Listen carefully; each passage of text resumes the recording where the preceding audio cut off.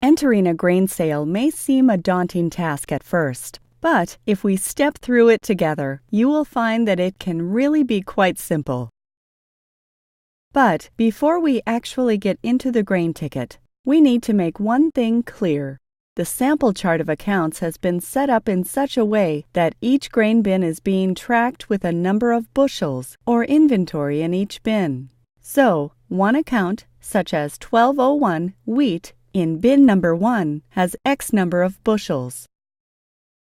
We want to make it clear that you are not required to track your inventory by bin. If you simply want to set up one asset account for wheat, one for barley, one for corn, etc., this is perfectly acceptable.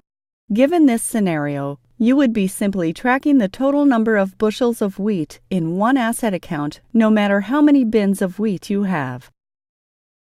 We also want to make it clear that you are not required to track inventory at all. If you do not wish to keep track of your grain inventory, you do not have to.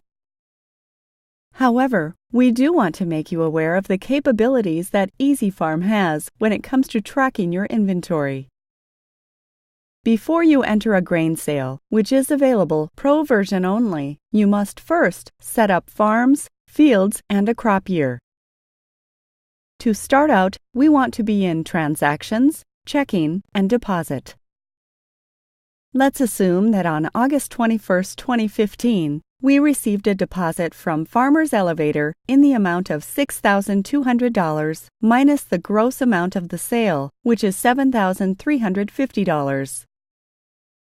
We will also process a principal payment for $1,000, a $100 grain drying expense, and a $50 charge for hauling.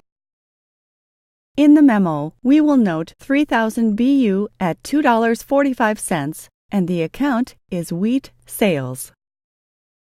In order for us to be able to expense the deduction, we must first enter the net amount on the deposit ticket of $6,200 and the gross amount of the sale in the account window of $7,350.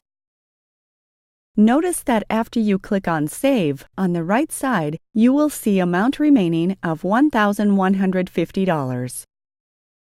Whenever you have an amount remaining, that tells you that the transaction is out of balance and is not completed, as we are now doing a split transaction.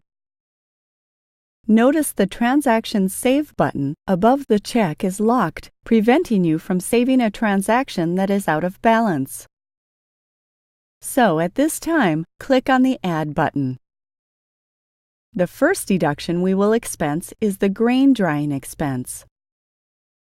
In the account field, enter Miss Crop Expense. Notice typing in MISC space C. The rest of the name fills in, as well as the account number 5080. Now in the amount field, enter $100. In the memo field, type grain drying. Click on Save, and notice the amount remaining has now been reduced by $100. Click on Add again, and for grain hauling, we will also use the Miss Crop Expense account. Type MISC space C. Now enter $50 in the amount field in the memo type Grain Hauling. Click on the ellipse and save this memo, as you will most likely be using it again. Click on Save, and now we should have an amount remaining of $1,000. At this time, we will make the $1,000 principal payment on the operating note. Click on Add, and in the account name field, enter PR for principal payment. The remaining $1,000 will show up in the amount field, which is what we want. In the memo, type Operating Note Payment. Click on Save, and now the amount remaining is at 0, and a window will open asking for your liability account. Just type OP to select Operating Note number 2330. Press Enter, and notice the note amount is now reduced by $1,000. Notice that there are two Save buttons. The one under the check is in the Account Transaction window and saves just the account data and allows you to save each split account.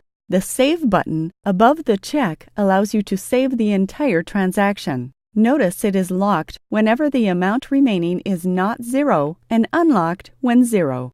It may seem a little confusing or cumbersome to have two save buttons. However, doing so increases the reliability and integrity of the program. Now click on the Save button above the check to save the entire transaction and post it to the check register above. We have one more step to complete this transaction. This is to reduce the inventory from storage bin number 1.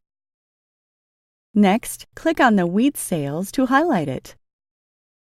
If you have the light or plus versions, you will notice this will open the crop inventory button above the deposit. If you have the Pro version of Easy Farm, you would then use the Crop Sales button. On the next screen, click on the Add button to enter the inventory and then reduce it by the proper quantity. So with this one transaction, we deposited $6,200 into our checking account, sold $7,350 worth of wheat and recorded it as income, expanded two deductions totaling $150, made a principal payment on the operating note and reduced the balance, and reduced our inventory. Next, we will take a look at crop sales transactions.